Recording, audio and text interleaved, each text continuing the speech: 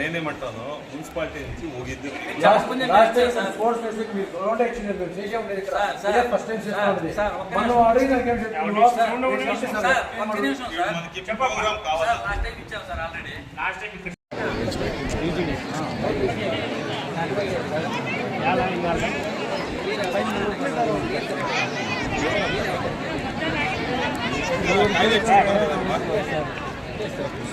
Install చేస్తున్నారు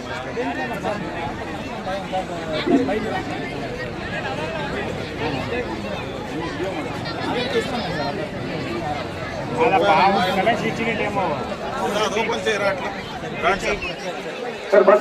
అప్పుడు చేసుకోండి ఫోటోలు ఉన్నాయి సార్ నా దగ్గర చేయలేదండి సార్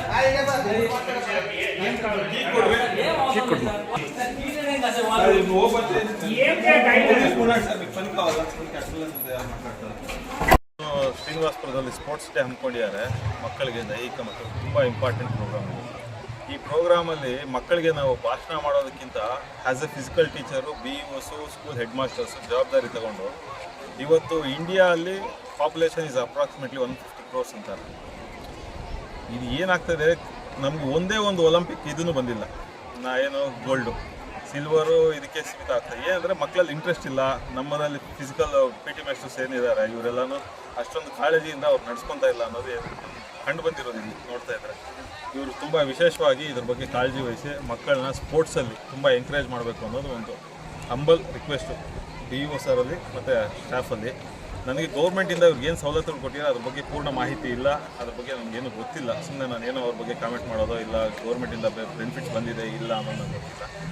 ಇದ್ರ ಬಗ್ಗೆ ಏನಂದರೆ ಮಕ್ಕಳಲ್ಲಿ ಟೀಚರ್ಸಲ್ಲಿ ಸ್ವಯಂ ಅವರಿಂದ ಅವ್ರಿಗೆ ಚೇಂಜಸ್ ಬರಬೇಕು, ಅವ್ರು ಡೆವಲಪ್ ಆಗಬೇಕು, ಸ್ಪೋರ್ಟ್ಸಲ್ಲಿ ಚೆನ್ನಾಗಿ ಆಡಬೇಕು, ಫಿಸಿಕಲ್ ಮೆಂಟಲ್ ಫಿಟ್ ಆಗಿರ್ತಾರೆ ಅನ್ನೋದು ಒಂದು ಆಕಾಂಕ್ಷೆ. ಎರಡನೇದು ಇಲ್ಲಿ ವ್ಯವಸ್ಥೆಗಳಲ್ಲಿ ಶೌಚಾಲಯ ಇದೇನೂ ಇರಲಿಲ್ಲ. ಈಗ ಒಂದು ಕಾಂಟ್ರಾಕ್ಟ್ನ ರಿಕ್ವೆಸ್ಟ್ ಮಾಡಿಕೊಂಡು ಶೌಚಾಲಯ ಎಲ್ಲ ಓಪನ್ ಮಾಡಿಸಿದ್ದೀವಿ. ಮುನ್ಸಿಪಾಲ್ಟಿ ಕಡೆಯಿಂದ ಕ್ಲೀನಿಂಗು ಎಲ್ಲನೂ ವ್ಯವಸ್ಥೆ ಮಾಡಿಕೊಟ್ಟಿದ್ದೀವಿ. ಊಟದ ವ್ಯವಸ್ಥೆ ಇರಲಿಲ್ಲ, ಅದಕ್ಕೆ ನಾನು ಮುನ್ಸಿಪಾಲ್ಟಿ ಕಡೆಯಿಂದ ನಮ್ಮ ಮುನ್ಸಿಪಲ್ ಆಫೀಸ್ ಕಡೆಯಿಂದ ಒಂದು ದಿವಸ ಊಟ ಹೇಳಿದ್ದೀನಿ. ನಾಳೆಯಿಂದ ನಮ್ಮವರು ಬಂದು ಸಹ ಕೊಡ್ತಾರೆ. ಇನ್ನೇನಿದೆ ನಾನು ಏನು ಹೇಳ್ತೀನಿ ಅಂದರೆ, ನಮ್ಮ ಇಡೀ ತಾಲೂಕಲ್ಲಿ ಶಾಸಕರಿಗೂ ಹಾಗೂ ಇವರಿಗೆ ಇಡೀ ತಾಲೂಕಿಗೆ 5 ಜನ PT ಮಾಸ್ಟರ್ಗಳಿದ್ದಾರೆ ಹೈಸ್ಕೂಲಲ್ಲಿ.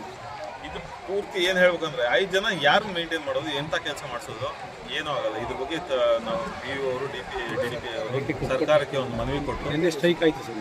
PT ಮಾಸ್ಟರ್ಗಳನ್ನ ಯಾರ್ಯಾರಿದ್ದಾರೆ ಅವ್ರನ್ನ ಅಪಾಯಿಂಟ್ ಮಾಡೋದ್ರಲ್ಲಿ ಜವಾಬ್ದಾರಿ ವಹಿಸಿ